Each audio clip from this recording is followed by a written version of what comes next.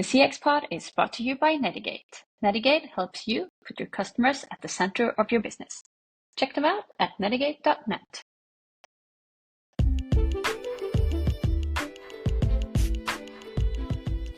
Welcome to the CXPod, where we aim to expand people's perception of customer experience management. We know that customer experience goes hand in hand with employee experience, and we believe that a broader and more holistic view might even replace terms like CX and EX with people experience or human experience. Good evening and welcome to the CX Pod. Hello, Mike. Hello, Joanna. How are we tonight? I'm doing great. Thank you. Yeah, absolutely great here as well. Thank you, Merete. And how are you doing? I'm good. I just realized I was saying, how are we doing tonight? But then again, that's not entirely correct, is it? Because once again, we have a guest from the other side of the world, west coast of the US. So Mike, you just told me before the recording went off or started, you said you're 9 hours behind us. So it's actually midday your time right now, isn't it? It is. It is midday here in San Francisco, and I'm curious how the future is going 9 hours ahead. Yeah, it's looking good, actually. It's a little dark outside, but otherwise it's been a good day. A little stressful, I have to admit. But yeah, and we're so excited to have you here. We'll let you introduce yourself in a minute. I just want to comment on Joanna and myself because we really are becoming an old couple now, Joanna. We even chose the same type of glasses today. So it's hilarious how we managed to do that. And a polo neck. Okay, And it might not. Yeah. Yeah. So, we didn't send you the memo, Mike. At least you're wearing your glasses. Sorry. So I could change costumes if you want. So Quick. No, but great. But so we're very happy to have you. You just told us you're on a little bit of a podcast tour of yourself. So I just want to really dive straight into it and ask, who is Mike? Where are you from? What do you do? And give our listeners a little bit of a sort of introduction to who you are and why it is that you're here today. Sure. Mike Robinson. I am a citizen of the United States, but I consider myself a friend of the world, right? As I've had the good joy of traveling extensively. We were talking in the pre-call about spending some time in Sweden, and dealing with the long winter nights that come along. But at heart, I was born in a small town in Pennsylvania. I grew up a small town kid. I went to school in Pennsylvania, but I always knew that I wanted to work for large companies in big cities, and so started in Philadelphia with Johnson & Johnson. Ended up coming out to the West Coast with Johnson & Johnson. Ended up going into management consulting after that, where I got to travel the world and travel extensively and have a chance to kind of experience different cultures and different approaches to life. And then I found retail, and retail became a passion that I fell into. I describe myself as an accidental retailer. I don't view it as being what I intended, but what I ended up falling in love with. And so for the better part of the last 25 plus years, I've either worked in consulting roles, operating roles, or advisory roles to companies in the retail space, either actual retailers. I did that with the Gap in an operating role and helped them re-platform their e-commerce business. And then I ended up at Macy's, where I helped run the channel. I actually ran the channel for several years and helped to grow that business significantly from a $700 million part of the business to a $7 billion extremely large part of the business. And I felt like I left it in good hands when I left there in 2018. But then I've really been focused on startup advisories with certain components of the customer experience, as well as doing corporate board work, where helping a consumer products company build a direct-to-consumer business and understanding the consumer experience or the customer experience that has to go with that, because operating as a CPG company is very different than operating in a direct-to-consumer channel. And then I, had the joy a few years ago of a friend of mine tapping me on the shoulder and saying, "I've got an idea for a company on our own, and we're in the sustainable fulfillment space, primarily in the final mile. How do we minimize the number of times that a delivery truck stops at your house, but still drops off everything that the consumer has ordered?" So not changing the consumer behavior, because the retailer in me would never want to change that, but trying to figure out how to do it a little smarter. And when we do that, we find a way to unlock significant operational savings and also carbon savings as well. Because every time that truck doesn't stop in front of your house, and that's the way it is here in the U.S., and I'm sure it's this way elsewhere in the world. It's several hundred grams of CO2 that is never created. And if you can find a way to do that at scale, you're starting to take trucks off the road.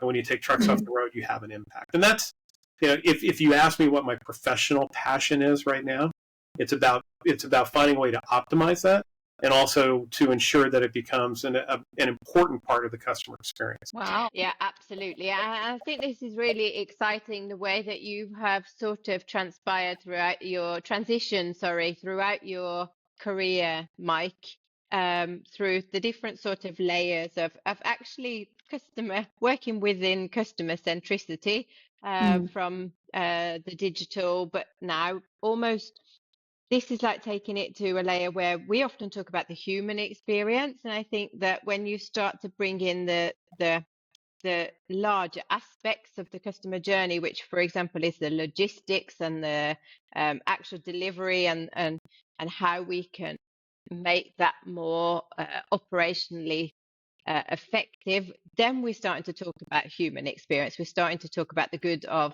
not only the customer, the business, but actually the planet. And I think that's really exciting. It's area. It's interesting because it's not what I intended. Right. It was, and I would suggest you fell into it. I would suggest that most, and it's interesting. I used to give chats with like new employees, and when I was at Macy's, and they'd say, "How did you get to where you were?" And the answer that I always told them was, "It wasn't planned, right? But I was always opportunistic." And I think that's the piece that I look at this through the lens of, is that it spoke to me in a way that had never spoken to me in the past. And this notion of figuring out how to make sustainability accessible to people and understandable to people, and around one of the components that they have when they're buying something. And it's not just it's just not the materials used, or it's the manufacturing process, or it's the greenwashing that the industry has done for a very long time of, I'll do an offset for you. It's the how does the product get to me? Because if you think about during lockdown and that very kind of weird time that we were in, everything was brought to us, right? And I think we were conditioned, as back to the human condition, we were conditioned to believe that everything can be delivered. And in many cases, many people haven't changed that, right? And they've continued to think that way. So what it's created is massive amounts of chaos, right? In terms of, because it's not coordinated, right? You're starting to see small components of coordination, but that's what we're attempting to do, is to figure out ways of synchronizing and coordinating the deliveries that end up in that truck and in the delivery driver's hands when he stops at your doorstep.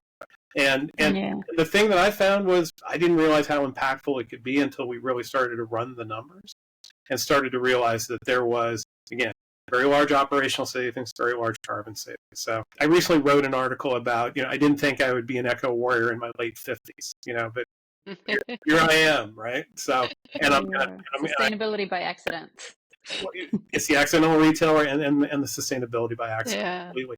But it's something that I think that I know it's important to me, and I think it's important from a CX perspective as well. Yeah. And I think, we've talked about this, and this is, but yet it's a little different, the approach here, that,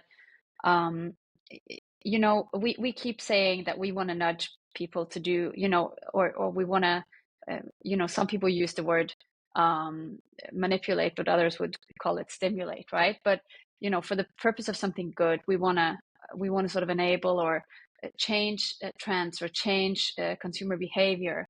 But what we saw when GDPR came to Europe, I'm not sure how that affected the US, or probably not in the same way, at least, but it was a huge thing, and everyone saw this as this horrible legislation that was pulled over our heads, and everyone was just running around like chickens without heads, trying to figure out this GDPR problem, and it was seen as a problem. Then this one insurance company said, look, we're going to make GDPR easy, and we're going to make it sellable. We're actually going to, take advantage of this chaos. And I'm seeing some parallels to what you guys are doing. And, if it can help save the world of course it's going to be a good business idea. And I think people will want to use those services that solve this problem for them, because we do know that people do care about sustainability, but the motivation to pay extra for it isn't really there, right? So if there's a company who's actually understood how to do this without charging too much extra from the customer, there you go. And I love the parallel that you brought to what happened in Europe first, right? Which has clearly overtaken the U.S. as well from a data protection standpoint. and it is it's how you react to these large changes, right? This isn't being governed from a government perspective yet, but it's coming, right? I mean, I think the 2030 initiative, the 2050 initiative, the tier 1, tier 2 emissions, the ESG, which many people have turned into negative terms, instead of saying, how do I make it part of my brand promise, right? How do I make it? How do I drive loyalty through it, right? How do I make it something where somebody says, that's a company that's doing something right? And there's so many ways of doing it. What we're offering is just a small sliver of it. And that's also, it's interesting because this is something that annoys me every probably day or week anyway. Like when this came, why is it the companies who have to sort of, I love that they embrace this and that they sort of find a way to make it easier and simplify it and, even sell it. But, we haven't come as far, I think, in any country in the world yet, that maybe some, but, that the government is actually trying to be citizen-centric, right? To make it easy to be a citizen, to make it easy to be, to operate a company. It's just, we'll just sort of, we'll write all these new laws that people have to follow, and then we don't really care how they do it or how they solve it. It's just thrown at us. And then, like you say, you have the guys who struggle with it for ages and probably fail, and then you have the ones that see it as an opportunity. But we should also, I guess, this is a little bit of a rabbit hole. I can feel it already, so I'm going to pull this back in. But they shouldn't be allowed to pull these kinds of stunts and just sort of leave the responsibility to the ones that are affected, because that's bad CX from a government perspective. Yeah, it's a great point, and I would agree with you. I would like to shy away from the political situation in the U.S. because it's absolutely radioactive, right? And but it comes down to that notion of what do you believe, right? And what do you think is right? And I'm a big believer in, if you figure out your North Star and if you figure out something that is right and that you can be true to, it'll govern what comes next, right? And I think everybody's going to wake up and recognize that what we're doing from just a resource consumption standpoint isn't correct. And that's why I think that when it became this I can give an opportunity to create financial savings that the retailer and the carrier benefit from, and carbon, right? Then it became the gift with purchase, to use a retail win-win-win. Right? Yeah, it's 100%, and that's where it was just because it wasn't somebody's offsetting or somebody's got to spend money to do it, and it's a change in manufacturing process, and there's a PP&E cost, or I have to go source materials in a very different way in terms of what I've done, and all of a sudden just pass that cost on to the consumer. This is about taking waste out of the system, right? And we all know there's waste in the system, right? So how do we attack the waste, right? And at the same time, potentially create a better customer experience standpoint as well, because ultimately, when it's done right, it's about putting choice in the consumer's hands and giving them the gift of convenience, because they now know when it's going to be there, and they can control the delivery of the package, because it's much more predictable, and probably control all the things that are coming to them over time. So again, I could go as deep as you want on this, but I know you've got other questions you want to jump into. Yeah, and I'm dying to ask you, Mike, how you would define customer experience, because this has been around that you've been sort of embraced in many years. So what's your definition of customer experience? It's a really good question, and I'm not and I'll tell you the way that I try to describe it, but I don't know if I do it justice, because I think it's a hard concept to get right for people. And I think it's, when you see a good customer experience, it's easy and it's a joy to experience. And when it's bad, it's laborious and you know it, and your experience with it is pretty short because you're unhappy. But I think it comes down to is, how do you engage in the right conversation, right? And I'm a retailer, so I'm talking about the conversation that I would have with customers. And sometimes it's a very explicit conversation, and sometimes it's an implicit conversation. But it comes down to, truly understanding the question of why are you here today, and what are you trying to accomplish, right? And I think of the best experience I've ever had as a human from a customer experience was, again, we talked about this, and this is aging me a little bit, but I was going on this project as a management consulting, and I needed, and we were going to split time between Switzerland and Sweden, and I needed to go buy some new suits, right? Because it was a very formal professional setting. So I walked into one of the department stores here, and all of a sudden I had a personal shopper, Neil Daniloff. I will never forget this gentleman's name, because within the course of 5 minutes and the 4 questions that he asked, he knew exactly what I needed and became a personal shopper for the rest of my life, because he found a way to understand me extremely well. And I think that's the challenge of what we're seeing right now, especially in the digital space, right? How do you intuit the right questions that people are doing instead of just assuming that you know the answers? I think that's the challenge. And we talk about data protection. That's only created more challenges because some of the data, right? And to your question of how do you turn it to become customer centric, it becomes a customer that then says, here's what I'm willing to share as long as I get value in return, right? Exactly. And I think that is the great barter that's happening right now, right? Is that, and I'm one of those, dinosaurs. I'll share everything, right? Because I'm just curious to see what comes back. And sometimes it's really good, and sometimes it's really bad. But I think it comes down to figuring out the conversation, and the conversation is around that very simple question: is why are you here today? Yeah. What do you need? Yeah, and I think we can even sort of wind it back to, and this is, we've talked a lot about jobs to be done, but I feel like the expression has come back at least to the last 3-4 episodes, and it's just becoming more and more relevant, it seems. And I think, what is your job to be done, and how will you know that if you're only talking to computers, or how will they know that if they only have their computers talk to you, or only provide the digital channels only? And then so yeah, but I think this is a great segue to the next question, which is, because there is a lot of change going on out there, and obviously depending on the industry that you're in, and you're representing, I'm not going to say the atypical industries, but still, your line of work is maybe a little bit on the side of who we the people we normally talk to. So I'm interested to hear your take on this question, because we want to know what is it that's capturing your attention at the moment, out there, and in the customer-centric business world. What's going on? Like, what's the buzz? What's the what do you see? I think it's a phenomenal question, because I think there's a lot of things that are going on, a lot of things that I'm experiencing that I take notice of. When I last left my last operating role in 2018, which is only 6 years ago, but it feels an eternity ago in terms of change. We were all about, and I was in retail at Macy's, and it was all about omni-channel, right? It was about how do you ensure that you minimize the friction every time that you touch a customer, and you allow them to shop in the fashion during the time frame that they want. And I think that there's a lot of good things that came out of that, but I think there are a lot of problems that never got solved.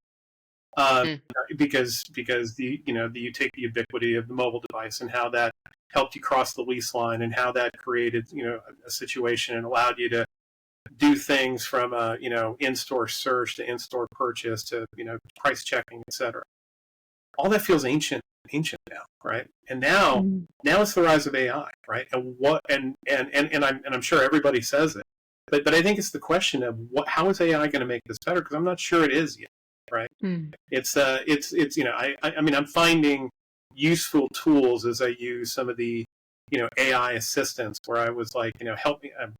One thing I didn't share with you is I'm a golf nut, right? I play a lot of golf.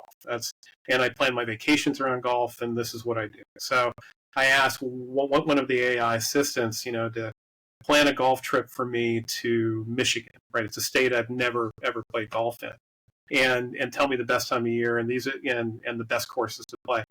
And I was fascinated with what I got back, because it was this incredible advanced point of departure, because it had collected all of the stuff brought me an itinerary, gave me a list of things that I would need to bring with me, right? Restaurants that I might consider, and it was just this massive time saving component of that. So I think that is. I think I saw an interview on 60 Minutes here in the States on Sunday with Steve Ballmer, who's the former CEO at Microsoft, and he owns an NBA team, and he's building a brand new stadium where they're spending $2 billion on this, and they took him in there, and he talked about this immersive customer experience that he wants to put the fans in, because he's like, I believe the fan experience is about time in your seats, not time in the stadium. I want you in your seats because you're making noise, because you're generating energy. And when you generate energy, the team scores more, the team will win more. And I want an NBA title. So he's taken friction out. One of them was he put in twice as many toilets as any other stadium that has been built. So he wants people not in line at the stadium. Everything is a grab and go contactless payment in terms of all the vending options, right? And this was the one that got me. He said, in the seats that we have, every single seat has a sensor on it. It's not to listen to you, but it's to understand the amount of noise that you're creating. And if you are the loudest fan, we might give you a prize, right? Or we might give you free tickets the next time. But I thought it was interesting. He had to say not to listen to your conversation, because I think that's the question, right? Yeah. How do you do all this data collection for good and not for bad? Right? I mean, how many of us have been just, doom scrolling on your phone, and all of a sudden there's an ad that pops up based on a conversation you had, right? I mean, the devices are moving, right? And they're watching and they're seeing what you're doing. And I don't find that bad, because it probably got, I'm doing my best to find the right pillow, right? Because I'm having a hard time sleeping. And so I get constantly bombarded with new ads on Instagram on the latest pillow options, right? And I can tell you, and I agree. I've tried about 10 of them, so I can give you tips. Yeah, but I think I totally agree. And Joanna, I share this perspective that, because we know, and this is from we started, using CRM systems, or even, sales tools. We've always talked about shit in, shit out, right? So if the data in is shit, then the result out is shit. And this is my concern with, especially, the AI services that can provide, because, this itinerary that you got and the golf courses and the restaurants and stuff, it's probably for real, but who validated it? Like who actually validated that this is a good restaurant, and that, that's one. But again, I'm a big fan, and I'm also a big fan of, like, I'm not too worried about being promoted products on Instagram or Facebook after having a conversation about vacuum cleaners or whatever it is.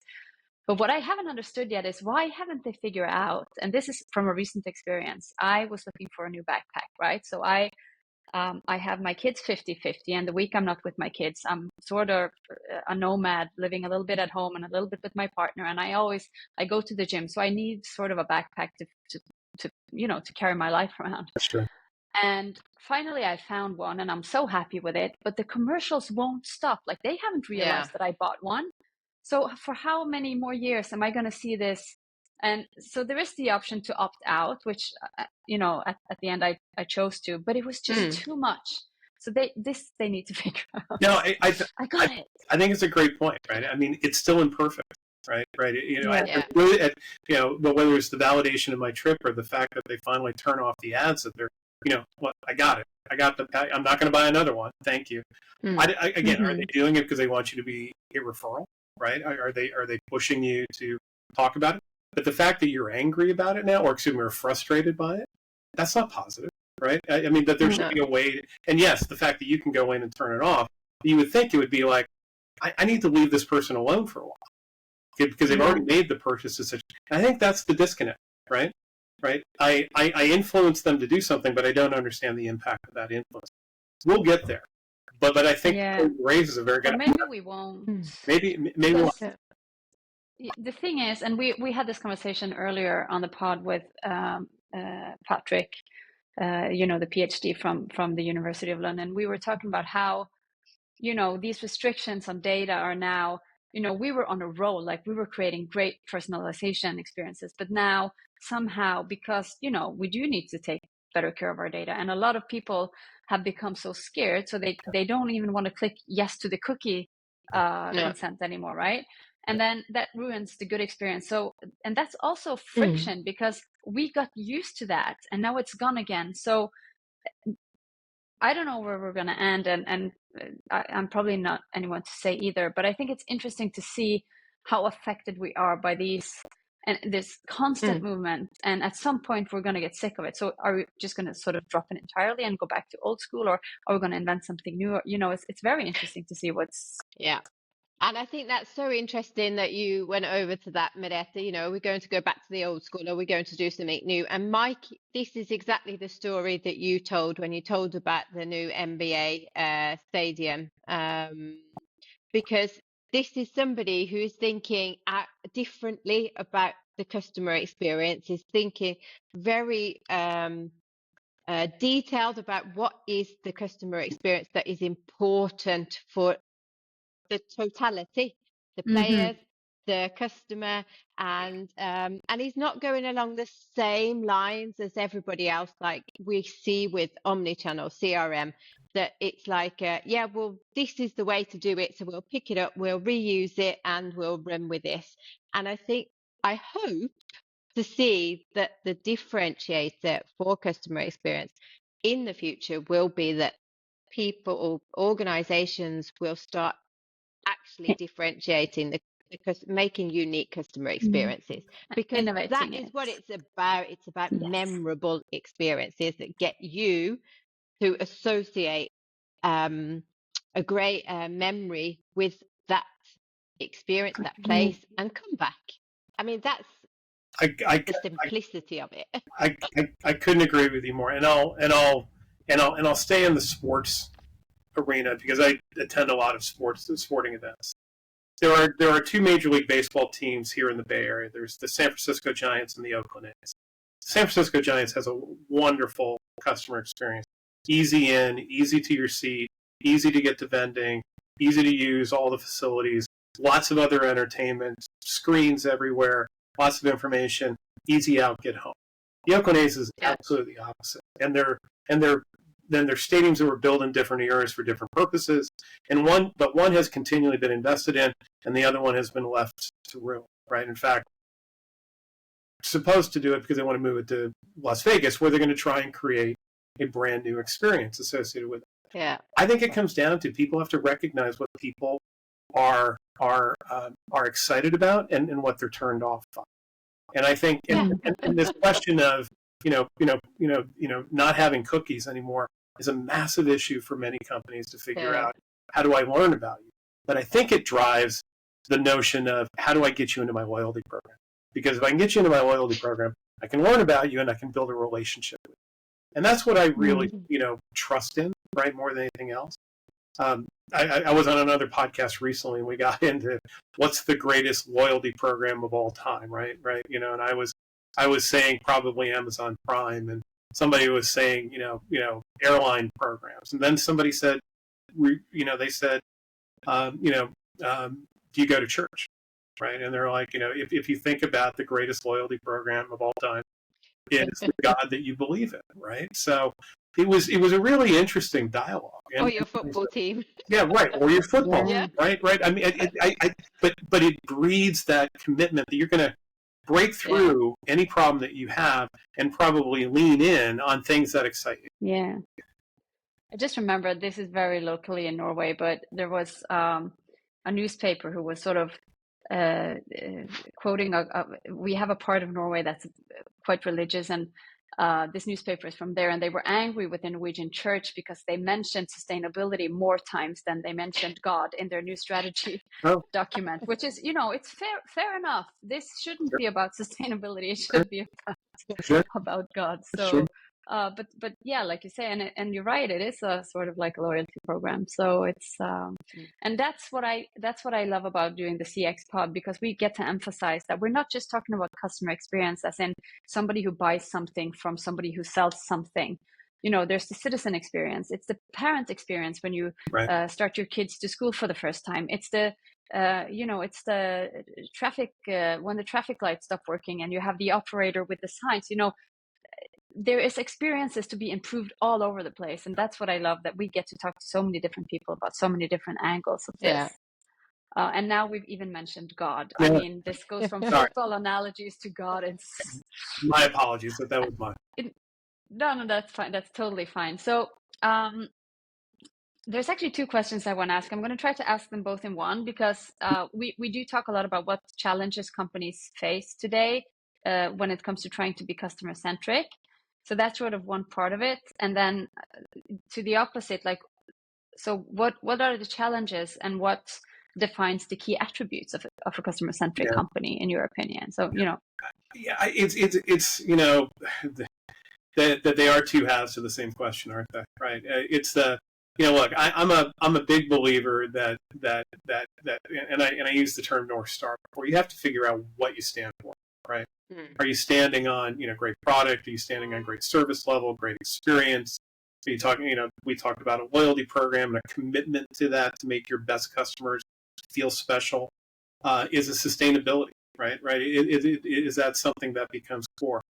I think people are confused. I think a lot of companies are confused right now because they try and do everything, right? Try to have a great product, have a great experience, have a loyalty program because somebody else has it. And I've got this, and that didn't quite work, so let me change. And they're a bit schizophrenic in terms of being able to find that through line that says this is how my customers need to be treated. And I think the flip side of that is that how do you do that well? My time at Macy's, I was there when the CEO at the time had a very simple mantra. He was saying, whatever you're doing, and he said, I will never second guess you if you always put the customer at the center of every decision. Right, and it's this really simple mantra. Yeah. He even changed his title to Chief Customer Officer, right? Because he was just like, I believe that. And one of the things that we often did is we would just talk to customers in different forums and find out things that we never ever understood. But we also were customers ourselves, and that was something I pushed my team very hard. Is that engage with everything that we do. Yes, you're part of the digital team. Get into the stores. Yes, you're part of the digital team. Call customer service, right? Find out all of these touch points. Order something that we don't own that comes from a third party and understand the impact. Use your mobile app in the store or use it somewhere else to buy something, and you're going to pick it up in 2 hours and see if it works. Really, really, really push yourself to see how our customers fare. And if you're frustrated, then guess what? They're frustrated. And if you're satisfied, you're probably one of the harder judges. But that was something that I think you got to live it, right? And you have to live. You got to walk a mile in another customer's moccasins a little bit in order to be able to truly, truly understand it. But I think it's a simple mantra, but I think that we lose sight of it sometimes. Yeah, so I want to drill a little further into this, or actually it's a side question, because this has also come up quite a few times lately. So, being this far up in the system and such a big company, having said, as long as you put the customer first, then I won't second guess you. And we've recently had quite a few conversations about when the board or the stakeholders are the ones standing in the way of you being human or customer centric. So, in your experience, because I don't have any data or, anything to sort of back this up, but I'm a true believer of, if the board and the stakeholders are customer centric, the company will be, and then you will see the results from that. But I think it's hard, you can be as customer centric as an organization as you want, but if you have stakeholders who only care about the value or the financial value, then it's just not going to be working. So do you have any experience or thoughts to this? I don't know if this was a question or no. It's a fair question, because I think there are lots of stakeholders in the conversation, right? And there are lots of people that don't necessarily. Look, I've worked with companies that thought their customers were stupid, right? That's a terrible place to start. Right, that's a terrible place to start, because guess what? You might get something from them today, but they won't be with your customer for the long term. And I think it's the companies that that really think about loyalty and lifetime value and repeat purchases and customer satisfaction and really manage themselves that way are important. But they have to do that in tough times too, right? They can't just do that when things are good and sales are robust. When the market turns on them, they have to recognize, is it because something that they did, or is it because that the customers have just lost faith in them in some way, shape, or form? So, I mean, I would suggest in those moments that becomes a governance issue more than anything else, and the board has to, look. I serve on a public company board. I understand the role of independence. I understand that I am representing the shareholders in most cases, right?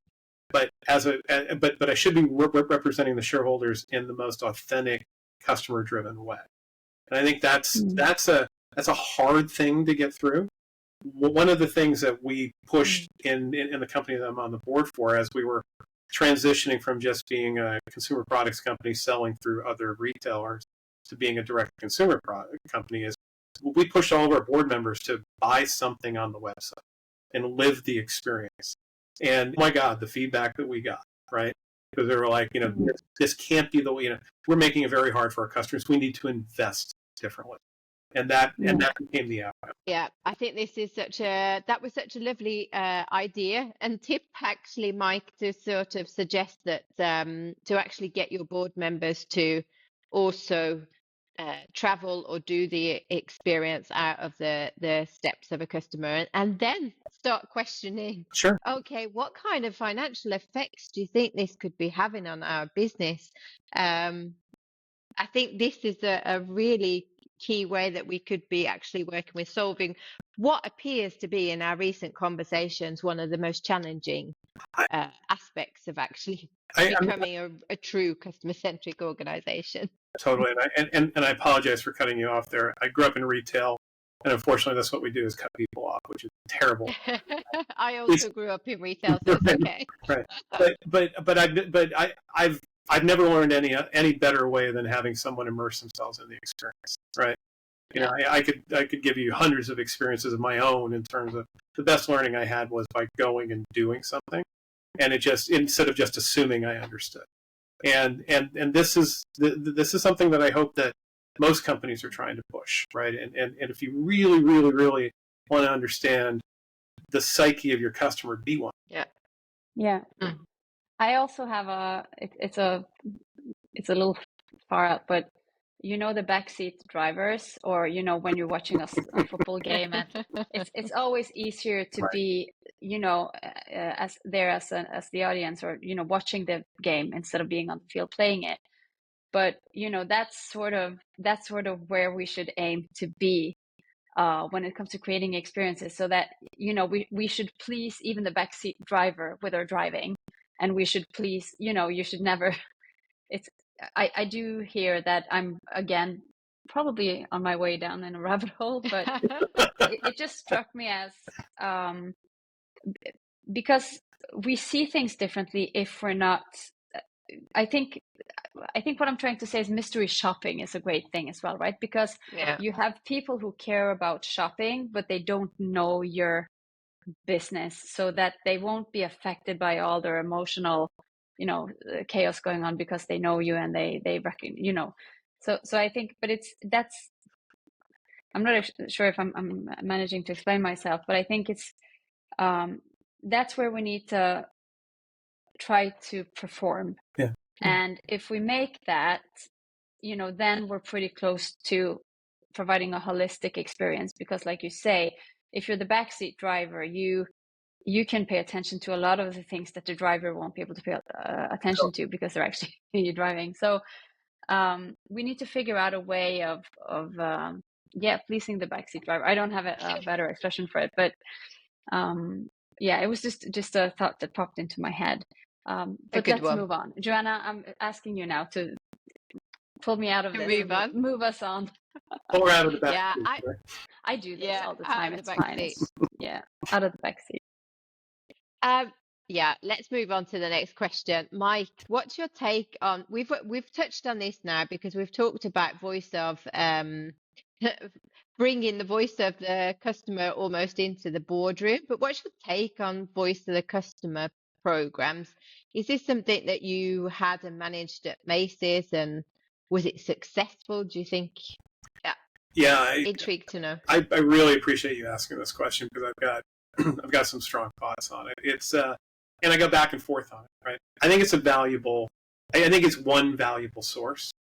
But again, it all comes down to the sources, the methods, the analytics used, and in many cases, it's people that want to tell their story, which isn't always the most unhappy or the happiest, right? It's just the people who are the loudest, right? And I'm not always sure the loudest are the best interpretation. I think it should be one place. We always augmented it with direct interaction with customers, right? One thing that I did is I would take 5 to 10 customer complaints every month and call these people and talk to them. And the things that I would find out is that there was always this low level of problems that we never knew about, because they didn't come into our testing, they didn't come into the voice of the customer, or we would just shrug them off as being such a low percentage. But when you would talk to people who were our core customers, and they would say, I can't shop you, or I hate shopping you, but I really want to. Right, I've got my wallet open and you won't take my money. Right, that's Yeah. pretty impressive. We would do focus groups as well, where we would bring people in and with new features that we were about to do, have them do some blind studies around this and give feedback on it. I think finding the person that's in the back seat who probably isn't the loudest, right, but it's probably has a voice. Is important. So I think there's an augmentation. I think just relying on VOC is not enough. I think you got to broaden it. Yeah, and also I think that it depends on the partner you have. So we happen to be sponsored by Netigate, which is a voice of the customer program, and even voice of the employee program, software as a service company here in the Nordics. And I've actually been working for them as well, so I know them quite well. And the products that they provide are for the quantitative data collection, but it's also, there are opportunities to use them for qualitative data collection as well. And in addition to this, they joined forces with a company who does open-end comments analysis. And what they provide, and this surprised me really big when I was in telecom and I was using them, was that how they were able to gather open-end comments, and this would help us reduce the number of questions, elsewhere in the survey. So we could shorten the survey. We used open-end comments. They would even quantify the value and categorizing the comments and doing the sentiment analysis. And they could say, like, if you focus on this area, whatever area that may be, if you can improve just by this much, then your NPS will raise by this much. And then we already had numbers, the value of the NPS going up or down. So we knew that by doing this, this, and this, we will make this, this, and this on the bottom line. And then you're starting to talk getting value out of your voice of the customer program, right? Yeah, no. I see you want to talk now, Mike, so I'm going to let you have a go. No, I'm completely in agreement with you. I don't want to make sure that I wasn't too negative on it. I think there is an absolute value in the fact, and I come back to the methods, right?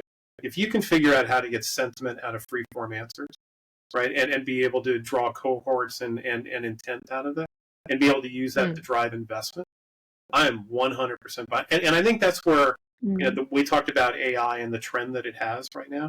Absolutely. I mean, so I just did an Amazon return in a grocery store recently, right? That they've got an area there that they take Amazon returns, and on the way out that they've got the the 4 buttons that you can push. I'm very happy. I'm sort of happy. I'm sort of unhappy. I'm very unhappy. The happy or not. Right. Yeah. It literally is. But it was just the easiest thing to do on the way out. Press a button, right? And I'm guessing 90% of the people that I watch go in and out of that were going, oh yeah, I'll just press that button. Yeah. No other information provided. It becomes somewhat binary in terms of I'm either happy or I'm not. But it gives them. What you don't know is they have your fingerprint and they're wired to the system, so now they know your cholesterol and your blood type. But I'm pretty sure that they also have a camera on me watching and seeing what my facial expression is, or am I standing straight, or am I upset, or did he seem frustrated when he walked in? There's so much biometric information that can be captured on this. I think there's a lot to be done, more than just the voice.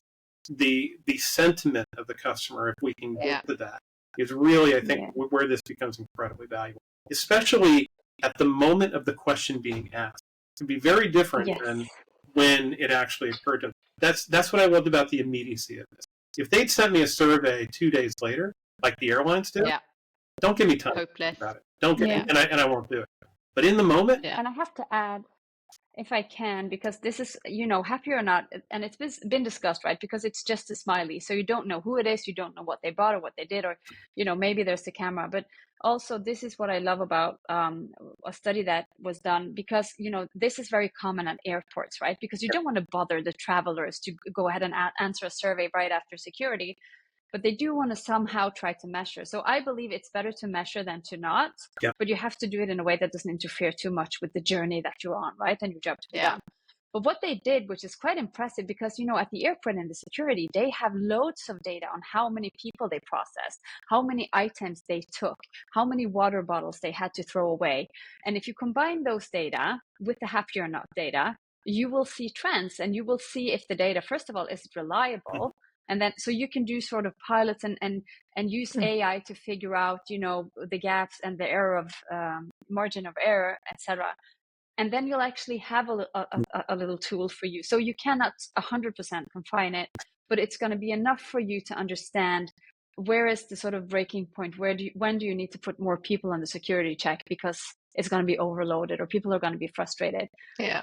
And they had, regarding children who were pushing the buttons too many times, considering the amount of pushes within, they could determine, is this one push, are all these 10 from the same? They had all this kind of insight that let them understand and thereby sort of proving the value that they provided, even if it was just, there were so many critical questions that they were faced with, but they answered them so beautifully. And I just love that, because again, back to contextual data, right?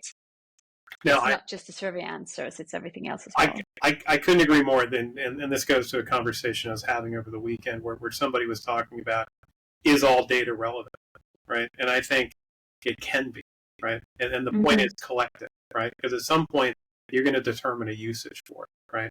And I think this question of data relevancy is somewhat irrelevant, because all data could be relevant based on the context associated with it. And again, how you augment the what you do with it and the inferences that you draw from it to figure out what comes next is exactly what a great voice of the customer program should do. But it's got to be a little bit. It's got to be a little bit more immediate than I think that some of them are. Yeah. Yeah, very good. Yeah, I think that was a great summary of the voice of the customer. So I think we can all say that we all think that it's a useful tool if it is managed well. Yeah, I love that. Yeah, and we come back to that again and again.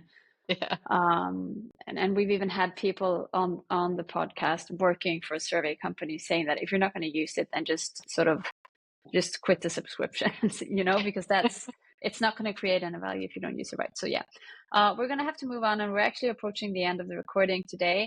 But there is a question that I want to ask, and I'm struggling a little bit because I feel like I have to choose time-wise between two of them. And I know Joanna's going to be a little mad at me now because I'm going to skip her favorite question. But what I want you to answer for me, Mike, is employee experience and the effect that it has on customer experience, because from your industry and your line of experience, I'm dying to hear your take on this. I will give you my take. I'm not sure I'm the expert on this, right? I mean, I think you have to invest in employee experience, but I think you also have to treat employees as well as you're going to treat your customers as well, right? And if you choose not to, and retail is a perfect example of this, right? Customer is king, and the employee is not in most cases. So how do you bring that together so that the employee feels as valuable as the customer does? And I think there's some work to be done there. I'm not sure what the right answer is, right? But cutting hours and loading up work and cutting and not paying a livable wage and things of that nature is not the right answer when you're asking someone to sell a $500 handbag, right? You've got to be able to figure out how to draw the balance, and also recognize that every single one of your employees is an ambassador for your brand. Yeah. So if you don't treat them or the opposite. well, ambassador can be positive or negative, right? So or they can be a detractor, right? If you think about the NPS score, they probably end up on the detractor side more than on the supporter side. So I think investing in it is important. I'm not sure that we've cracked the code. No, I agree, and I also go ahead, Joe. Go on. No, I was just going to say, of course, I've come as well from the retail sector, and I've talked a lot about this on the episodes before of working for a company who are called Rituals. I'm not sure if you're aware of them in the US, yeah. And they have actually been amazing at creating an employee experience that creates ambassadors within the organization. But I think it is, and we're talking about that a lot of people have got probably a long way to go, because it is a really difficult arena to look to how can you create a good employee experience, because they are at the forefront meeting customers who are in very many different emotional situations themselves every day. It's very often a part-time work, perhaps sometimes. So they're sort of in and out. So I think I agree with you, Mike. I think we haven't probably cracked it, especially within the retail sector. And I think there's a long way to go. But there are some companies who are excelling, and I think we should definitely look to and try to learn from what it is that they are doing. I couldn't agree with you. My little rant. No, it's a great one. And retail is the classic copycat industry, right? So if they see somebody else doing well and getting business results from it, trust me, there will be adoption. Yeah, and that's probably going to take us into another rabbit hole, so we won't go there. But just as a little cliffhanger for another episode, hopefully, is that's when you start changing the standards of the industry, right? And then we've talked about this in a previous episode as well, how you can stimulate, not manipulate, but stimulate your competitors to go in a different direction if you see that we need to be here, and you actually start sort of creating a market for yourself instead of just looking at what the market that's out there needs and sort of comply with that, but you actually do it the other way around. So and I think maybe the retail industry is the best place to start if you want to try doing those things. So but yeah, I couldn't agree with you more, and I'll just say I just look at the number of changes and influences that opening an Apple store had on the rest of the retail industry, and how they rethink the retail experience. Yeah, you were thinking about Apple. I was thinking about Nespresso and how they always sort of step in front of the counter to hand you the bag. Totally. Everyone does it now. The paper bags, the sense of exclusivity. Yeah, so and it's good. It's moving us forward, and I like going to those stores. I like feeling like a queen when I enter, and it's just I always leave with a bag in my hand because I can never seem to not buy anything. So mission accomplished. Well done for them. Yeah. All right, so we're gonna have to round off the episode. Mike, thank you so much for joining us all the way from the US and from the West Coast, and thank you for letting us both pick your brain and also telling us about your line of work and your experience. If anybody wants to contact you, we're going to leave the link to your LinkedIn profile in our show notes. So for everyone who wants to follow Mike and watch how he's going to reduce carbon print all around the US for now, at least, but maybe around the world, who knows in the future, pay him a little visit on LinkedIn. And we're excited to follow your journey as well. So thank you so much. You've been listening to the CXPod. Have a great day ahead.